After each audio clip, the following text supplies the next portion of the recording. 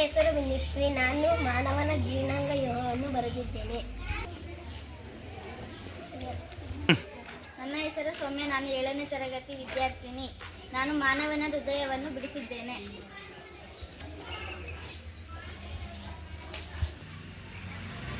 ಮಾಯ 7ನೇ ತರಗತಿ. ನಾನು ಮಾನವನ ವಿಸರ್ಜನಾಂಗ ವ್ಯೂಹವನ್ನು ಬಿಡಿಸಿದ್ದೇನೆ. ನನ್ನ ಹೆಸರು ಕೀರ್ತನ. ನಾನು 7ನೇ ತರಗತಿ ವಿದ್ಯಾರ್ಥಿನಿ. ನಾನು ರಕ್ತ ಪರಿಚಲನೆಯ ರೇಖಾಚಿತ್ರವನ್ನು ಬಿಡಿಸಿದ್ದೇನೆ. ನನ್ನ ಹೆಸರು ಹಂಸಿಕಾ. ನಾನು 7ನೇ ತರಗತಿ ವಿದ್ಯಾರ್ಥಿನಿ. ನಾನು ಮಾನವನ ವಿಸರ್ಜನಾಂಗ ವ್ಯೂಹ ಚಿತ್ರ ಬಿಡಿಸಿದ್ದೇನೆ.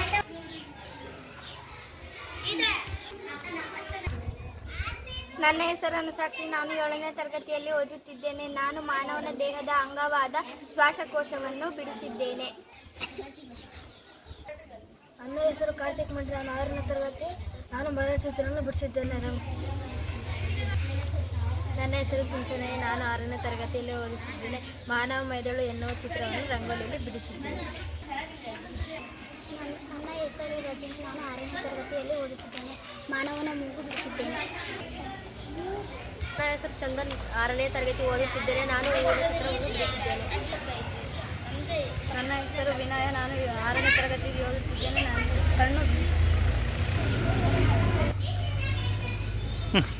ನನ್ನ ಹೆಸರು ರಚನಾ. 6ನೇ ತರಗತಿಯಲ್ಲಿ ಓದುತ್ತಿದ್ದೇನೆ. ನಾನು ನಾಲಿಗೆಯನ್ನು ಬಿಡಿಸಿದ್ದೇನೆ.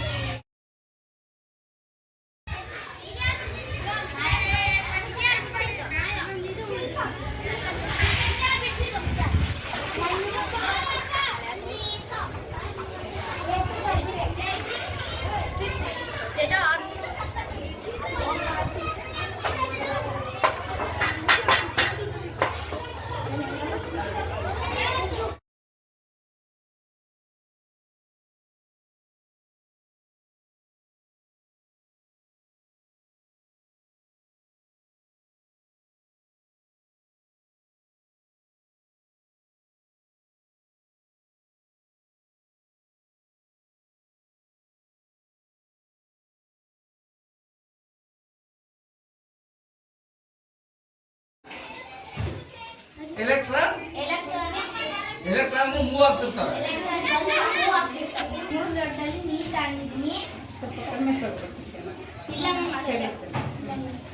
ಇದರಲ್ಲಿ ಒಂದರಲ್ಲಿ ನಿಂಬೆಹಣ್ಣು ಹಾಕಿದಾಗ ನಿಂಬೆಹಣ್ಣು ಮುಳುಗುತ್ತೆ. ಇನ್ನೊಂದರಲ್ಲಿ ಉಪ್ಪು ಹಾಕ್ತೀನಿ.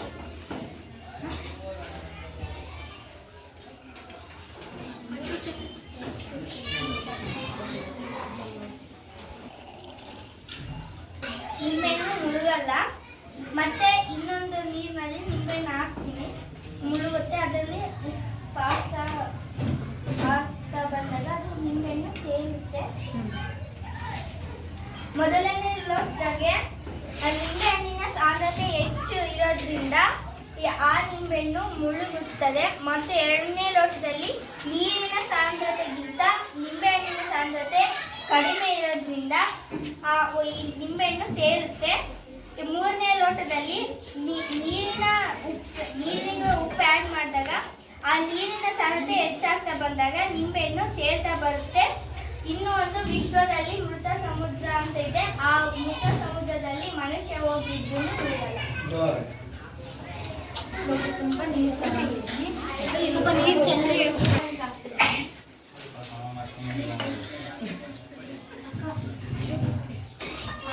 ಅದು ಅದಕ್ಕೆ ನಾನು ಪೆನ್ಸಿಲಲ್ಲಿ ಹಾಕ್ತಿದ್ದೀನಿ. ನೇಲ್ ಪಾಲಿಶ್ಗೆ ಬೆಂಕಿ ಕಟ್ಟಿ ಅದು ಆಗ್ತದೆ. ಏಕೆಂದರೆ ಉಗುರು ಬಣ್ಣದಲ್ಲಿ ಆಸಿಡ್ ಇರುತ್ತೆ ಮತ್ತು ಅದರಲ್ಲಿ ಸಿಮೆಂಟ್ ಮಿಕ್ಸ್ ಆಗಿರುತ್ತೆ. ಹಾಗಾಗಿ ನೀರಿನಲ್ಲಿ ನೇಲ್ ಪಾಲಿಶ್ ಹಾಕಿ ಬೆಂಕಿ ಹಚ್ಚಿದ ತಕ್ಷಣ ಅದಾಗ್ತದೆ.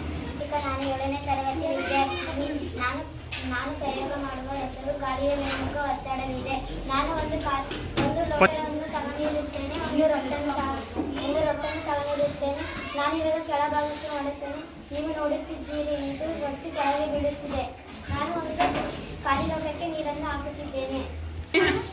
ನಾನು ಇವಾಗ ಖಾಲಿ ಲೋಟದಲ್ಲಿ ನೀರನ್ನು ಹಾಕಿರುತ್ತೇನೆ ಮತ್ತು ರೊಟ್ಟನ್ನು ಮುಚ್ಚಿರುತ್ತೇನೆ. ನಾನಿವಾಗ ಕೆಳಭಾಗಕ್ಕೆ ಮಾಡುತ್ತೇನೆ. ನೀವು ಗಮನಿಸುತ್ತಿದ್ದೀರಿ, ಲೋಟದ ಒಳಗೆ ಹೆಚ್ಚು ಒತ್ತಡವಿರುತ್ತದೆ, ಲೋಟದ ಹೊರಗೆ ಕಡಿಮೆ ಒತ್ತಡವಿರುವುದರಿಂದ ಗಾಳಿಯ ಮೇಲಿನ ಒತ್ತಡವಿದೆ. 7ನೇ ತರಗತಿ. ನಾನು ನೀರಿನಲ್ಲಿ ಬೆಂಕಿ ಕಡ್ಡಿಯ ಪ್ರಯೋಗವನ್ನು ಮಾಡುತ್ತಿದ್ದೇನೆ. ನಾನು ಬೆಂಕಿ ಕಡ್ಡಿಗಳನ್ನು ತೆಗೆದುಕೊಂಡು ನೀರಿನಲ್ಲಿ ಹಾಕುತ್ತಿದ್ದೇನೆ. ಆ ಬೆಂಕಿ ಕಡ್ಡಿಗಳನ್ನು ಹಚ್ಚುತ್ತೇನೆ, ಹತ್ತುವುದಿಲ್ಲ.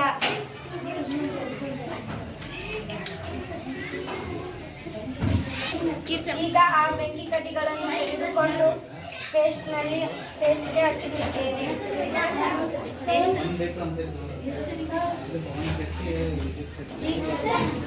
ಈಗ ಒಂದು ಬಟ್ಟೆಯಿಂದ ಒರೆಸುತ್ತಿದ್ದೇನೆ.